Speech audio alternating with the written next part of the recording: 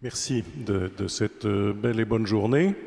Je voudrais conclure plutôt par des questions que chacun, dans sa propre situation et dans sa propre responsabilité, pourra prolonger. La première, nous avons beaucoup évoqué le bien commun. Et je pense qu'il y a eu des réponses qui permettent de mieux saisir la signification profonde de ce concept. Voilà. Qui ne nous est pas propre, mais qui est né quand même en milieu chrétien. Voilà.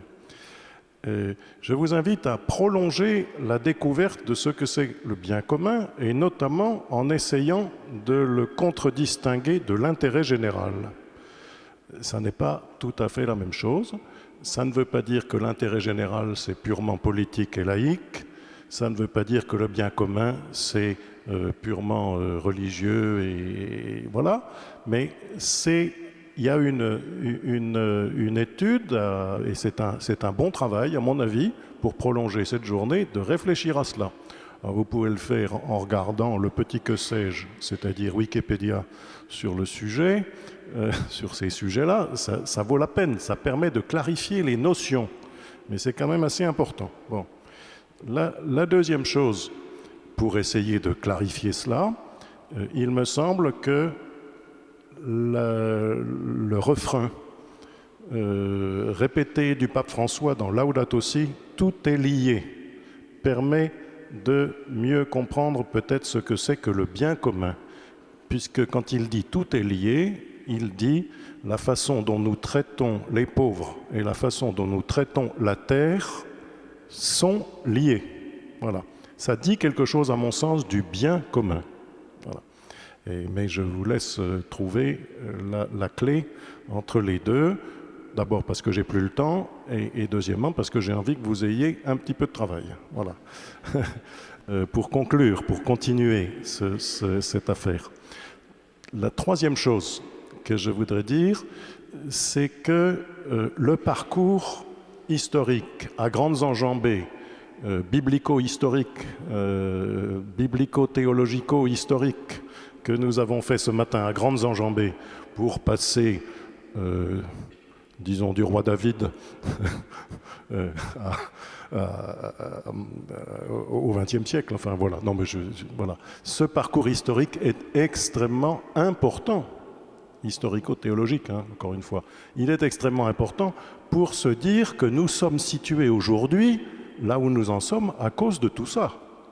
Voilà. Et que donc on n'est pas en train de revenir en arrière.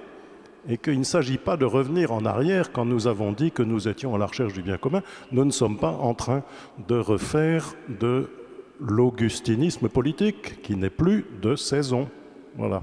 Donc mais on a intégré Augustin et les deux amours ont bâti deux cités, ça demeure comme une espèce d'acquis fort de la réflexion. Voilà. Mais ça ne détermine pas immédiatement une forme politique. Voilà. Mais on ne peut pas revenir en arrière. L'histoire nous permet de nous situer aujourd'hui là où nous en sommes. Voilà. Et de bien situer le débat. Et la façon dont, par exemple, puisque c'est revenu tout au long de cette journée, nous sommes, nous, comme évêques, situés au moment de cette préparation de l'année électorale par le texte, les deux textes que nous avons produits, doit être situé dans ce moment très, très actuel. Voilà. Ce n'est pas une prise de parole de 1932, c'est une prise de parole de 2016 en vue de l'élection de 2017. Donc il faut savoir situer les choses. Voilà. Et enfin, une troisième chose, une dernière chose que je n'oublie pas, mais c'est un refrain du pape, et j'aime bien utiliser aussi ce refrain.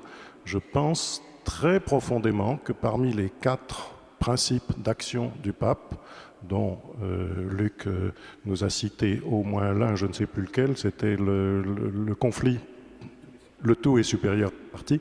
Il y en a un qu'il ne faut jamais oublier, c'est que le temps est supérieur à l'espace.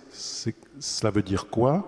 Les processus que l'on initie Alors aujourd'hui, nous avons initié un processus ensemble de réflexion politique.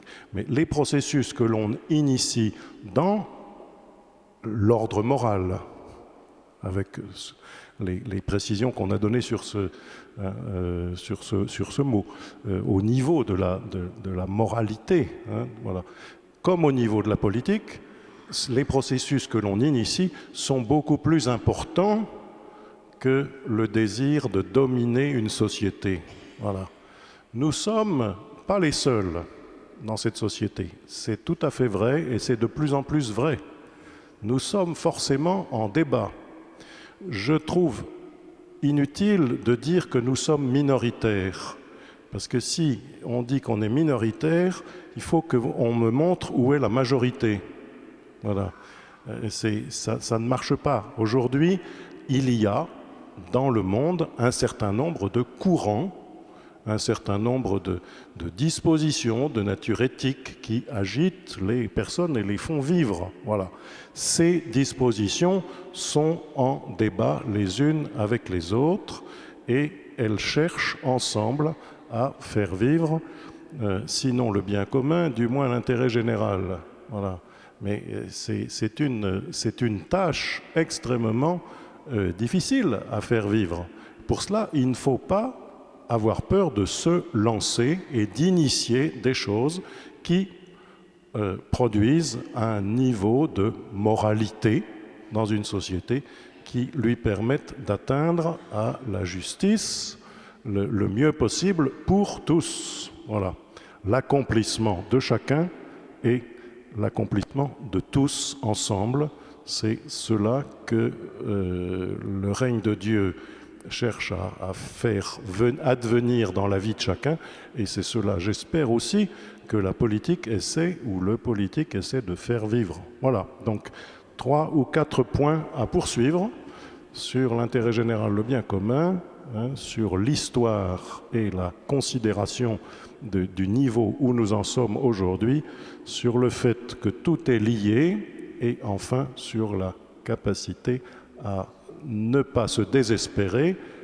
Nous sommes en train de créer des processus qui, évidemment, amènent de la transformation. Et ça, c'est beau, c'est bien. Bravo, merci.